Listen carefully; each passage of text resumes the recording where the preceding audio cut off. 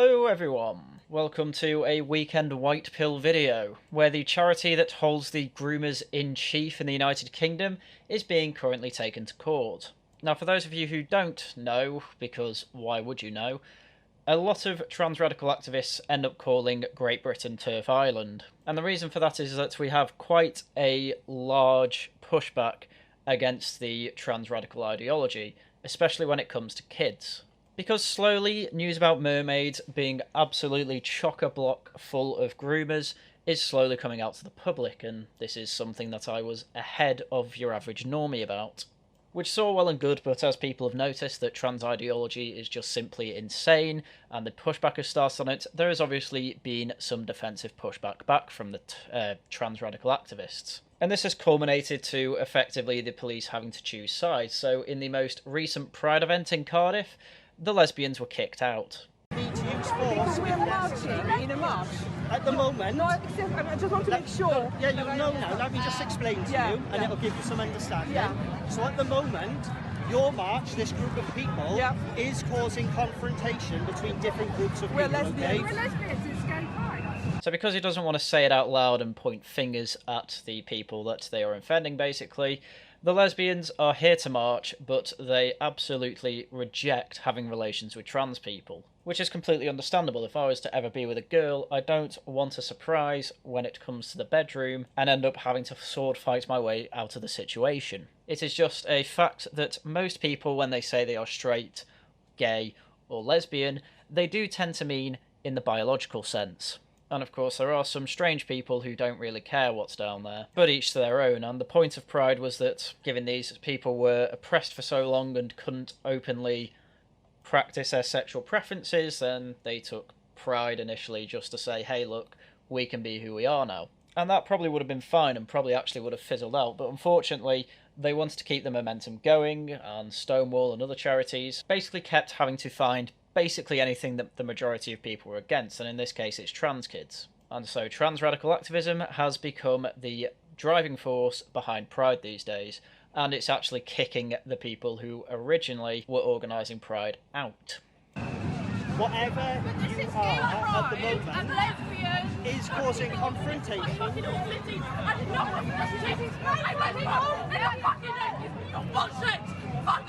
That's a prime example of why the lesbians need to go. They weren't doing anything there. A trans radical activist walked over and started hurling the abuse at them. And because of that, the police had to kick the lesbians out. So when this place is called Turf Island, I don't know what the hell they're talking about other than newspapers are reporting facts. Whereas TERFs and lesbians have to be escorted away from where trans radical activists are currently protesting or demonstrating. It's safe that you march yourself. We don't want to do that. We want to be part That's of your choice. So what I'm telling you is to make sure it's safe. We are going to remove you from the road, and I want you to do that of your own accord. I want to make sure I understand that you are removing lesbians from like LGBT march. Yes, that is what's happening. It's insane, and honestly, that's enough of that, because this video isn't about the wars between the TERFs and the trans radical activists. This is actually a video specifically about how mermaids are being taken to court by the LGB Alliance. So Tribunal hears charities appeal to remove LGB Alliance from register. Yes, this is the fight between one charity and another to have the other charity's status removed. What a strange thing to take to court. So an appeal has been brought by Mermaids, a transgender rights charity, against the regulator's decision to register LGB Alliance as a charity is being heard this week in the first tribunal of its kind. It is believed that this is the first tribunal where one charity has attempted to strip the legal status of another. The tribunal began on 9 September and is now on its third day. So over the past couple of weeks, when I've glanced at stories like this in the news, I just always assumed that the LGB Alliance took Mermaids to court because they were abusing kids. It turns out Mermaids is the one going on the offensive, and I can only imagine they are trying to damage the LGB Alliance to try and harm any future attempts from the LGB Alliance to harm Mermaids in some way by taking them to court or trying to take their funding away or something like that. So the Charity Commission registered LGB Alliance as a charity in April 2021, despite noting that it used inflammatory language on social media. The charity was initially formed as a private company in opposition to LGBT rights charity Stonewall's transgender policies in 2019 and applied for charitable status a year later. LGB Alliance aims to advance the rights of lesbian, gay men, and bisexuals, but holds gender-critical beliefs. In other words, they're TERFs. Which I know is a term that a lot of them do not like, but it's just such an easy shorthand, and I don't mean any offence by it, so I'm just going to use it anyway. TERF is just easier to say than a person who holds gender-critical beliefs. It means the same thing. So this article's very good and gives the basic arguments from both sides. So Mermaids' argument: in Mermaids' appeal, which is being supported by the Good Law Project, the charity argues that LGB Alliance does not have a charitable purpose or serve the public interest. It has asked the tribunal to review whether it meets the legal test to be a charity. In its skeleton argument, it argues that LGB Alliance is not tackling problems facing lesbian, gay and bisexual people, as it professes to do so, but is instead seeking to prevent solving the problems of transgender people and has an exclusively anti-trans focus.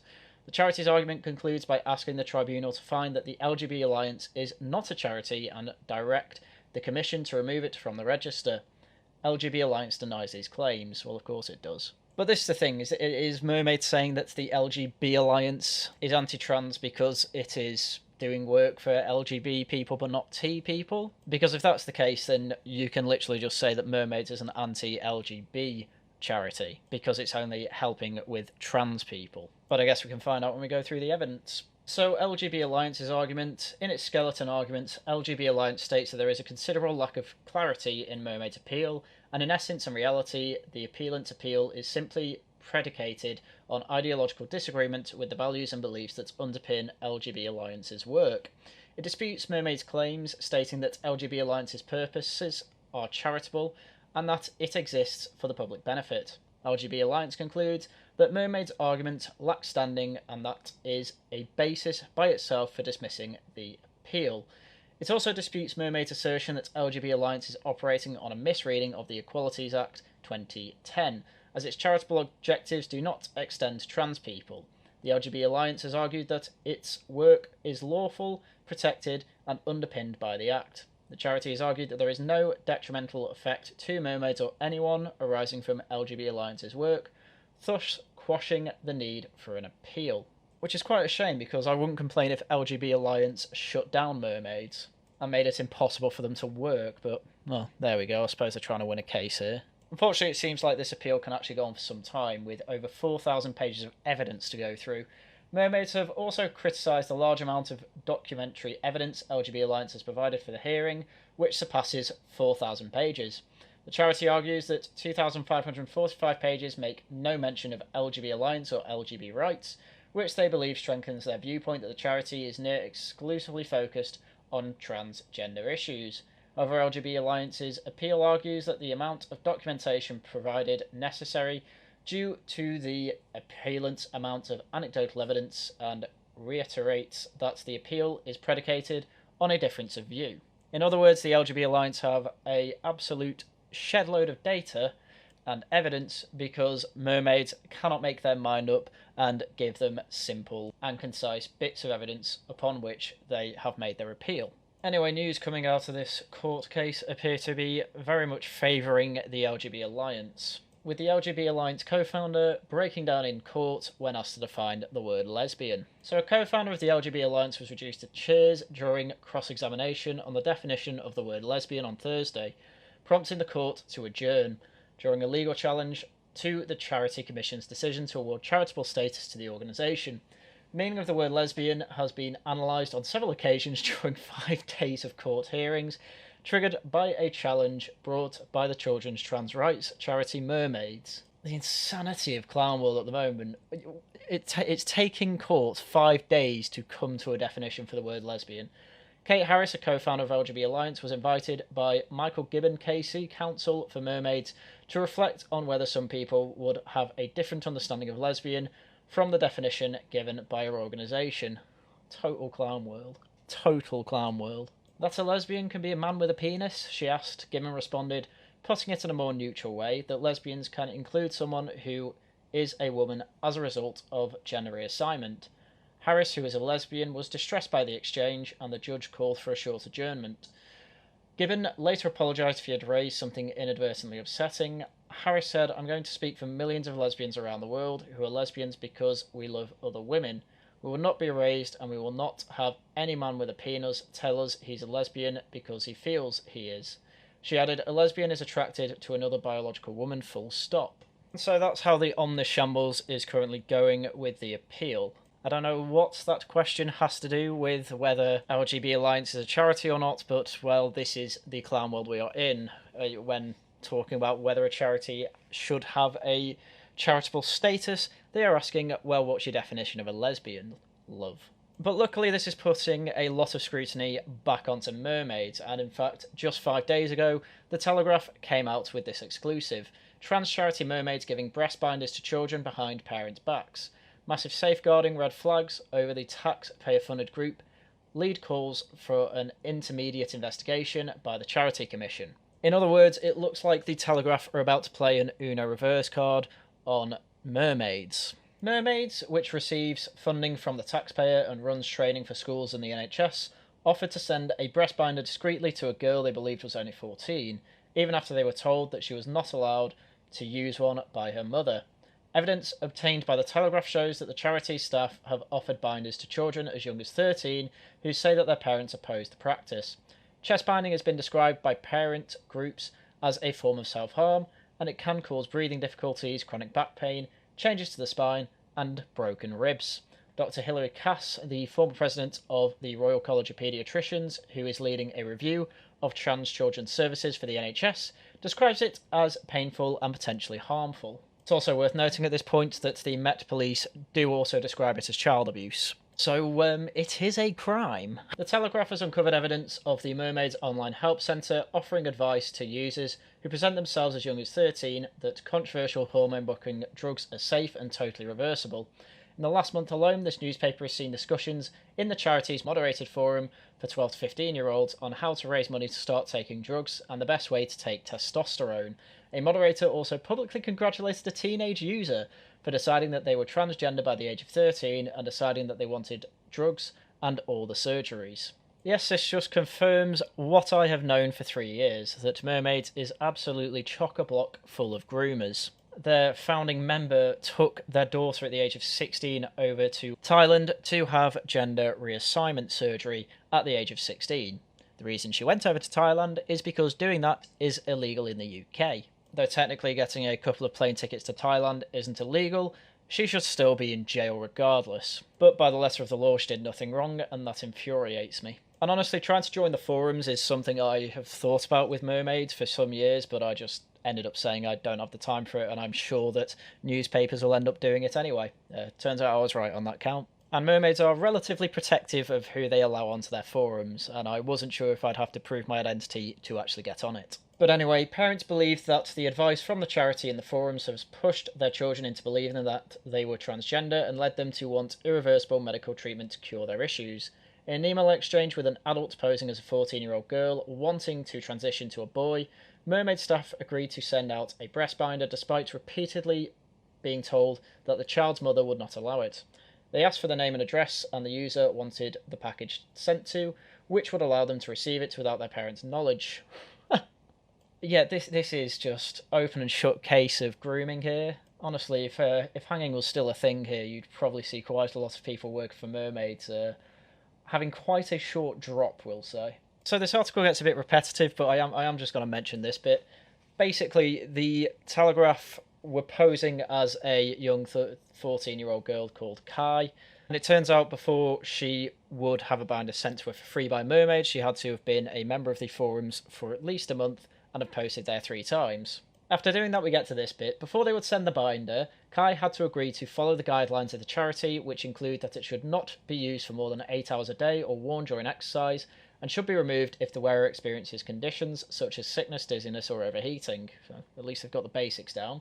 They also referred to a study by the Johns Hopkins School of Public Health, which found that 97% of adult users experienced health impacts from binding, including pain, rib fractures, change to the spine, headaches, respiratory and skin infections, and muscle wasting. There have been no studies on the impact on children, partly due to ethical concerns.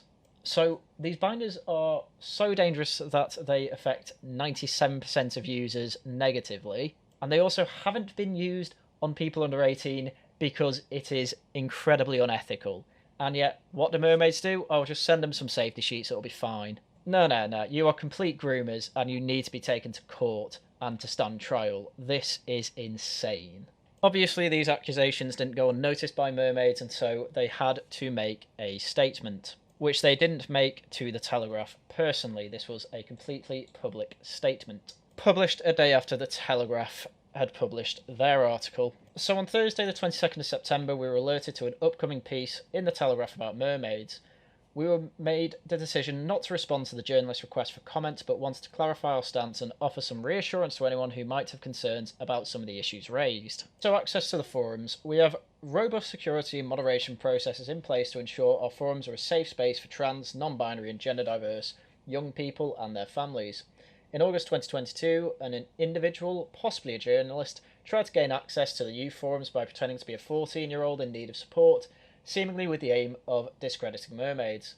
This person was caught in the moderation process and has since been blocked. Security of our platforms and safeguarding of young people is of the utmost importance to us, and we will continue to regularly review our processes and procedures to make sure our forums remain safe and secure. So what it appears actually happened here was the Telegraph posed as a 14-year-old girl on their forums. They sent out to mermaids asking for comments, explaining that this will be, because typically what they'll do is they'll say, this is what the article will say, and they probably include the fact that they had Kai on their forums, who was actually a Telegraph reporter. And after that, mermaids blocked them from the forums. Yeah, that's not good safeguarding, is it? You can tell that this is what happened because of the wording. This person was caught in the moderation process and has since been blocked. They were caught in the moderation process, meaning the moderator or someone who received the email from the Telegraph will have been told this, and that was part of the moderation process, and that's the only way they actually found out Kai was a probably 30-something-year-old reporter from the Telegraph. So yeah, access to the forums is effectively free. Binders. Some trans-masculine, non-binary and gender-diverse people experience bodily dysphoria as a result of their chest, and binding, for some, helps alleviate that distress. Mermaid takes a harm reduction position with the understanding that providing a young person with a binder and comprehensive safety guidelines from an experienced member of staff is preferable to the likely alternative of unsafe practices and or continued or increasing dysphoria. The risk is considered by Mermaid staff within the context of our safeguarding framework. More on binder safety can be found here. In other words, their ideology takes over from their mental faculties, and despite the fact that 97% of users of binders end up with having negative health effects, not using it might cause more dysphoria, and so they should be worn, with absolutely no adult supervision or knowledge whatsoever. Finally, we have puberty blockers. Puberty blockers are an internationally recognised safe, reversible healthcare option, which have been recommended by medical authorities in the UK and internationally for decades.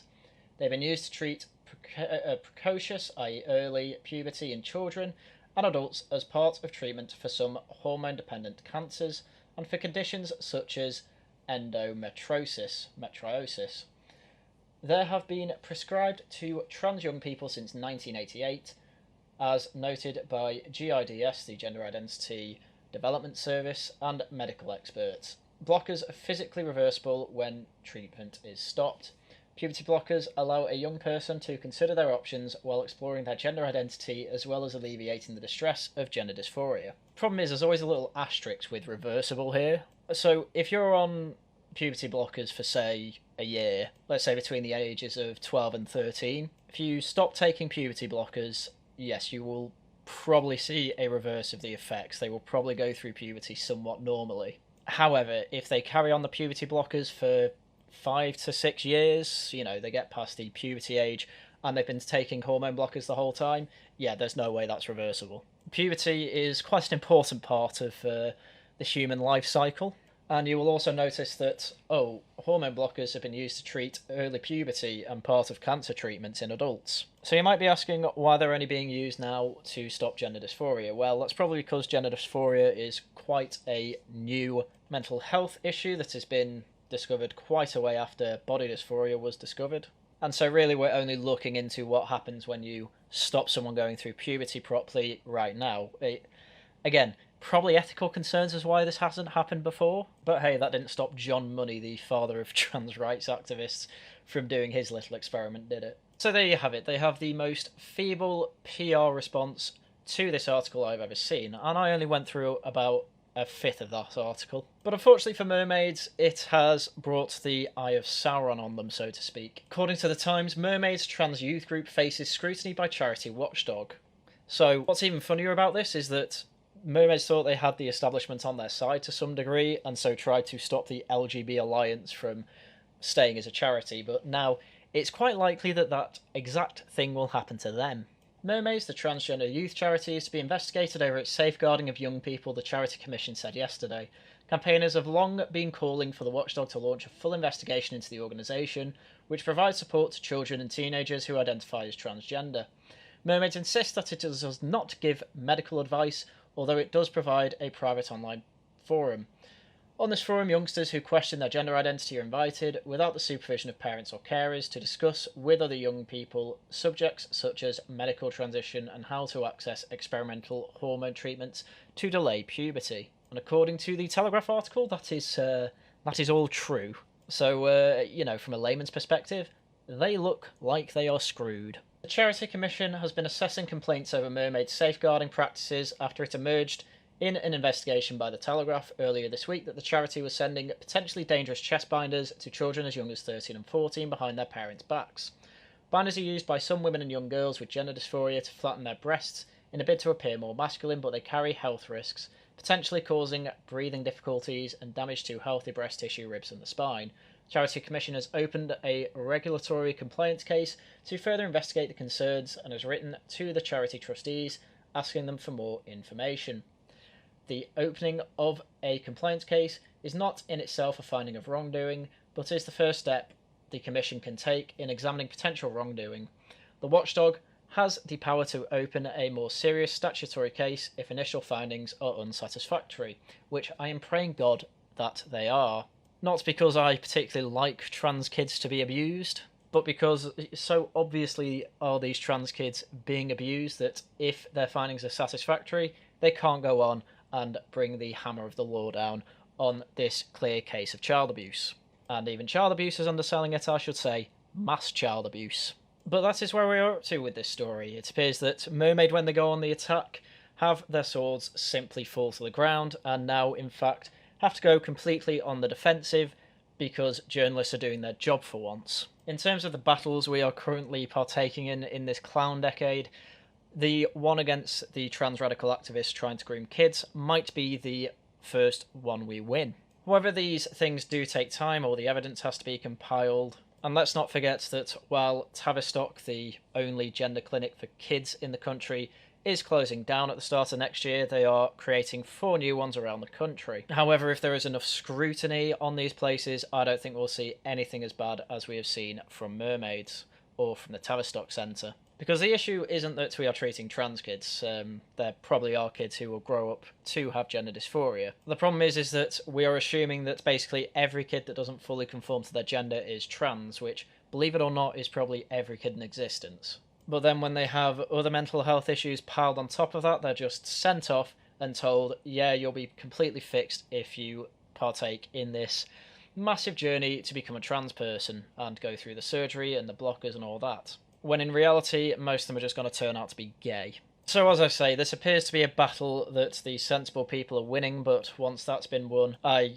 have no doubts that there will be many more battles to partake in. But hey, if we can move the Overton window right back away from it giving kids hormone blockers is actually a good thing, then I take that as a major victory. In the meantime, we just have to wait for the wheels of justice to keep on turning, and hopefully by this time in 3 to 5 years, Mermaids will just be ashes of the past. Until then, though, it will be good to keep up the pressure on them. But anyway, that's everything I had for you today, so thank you very much for watching, and until next time, goodbye.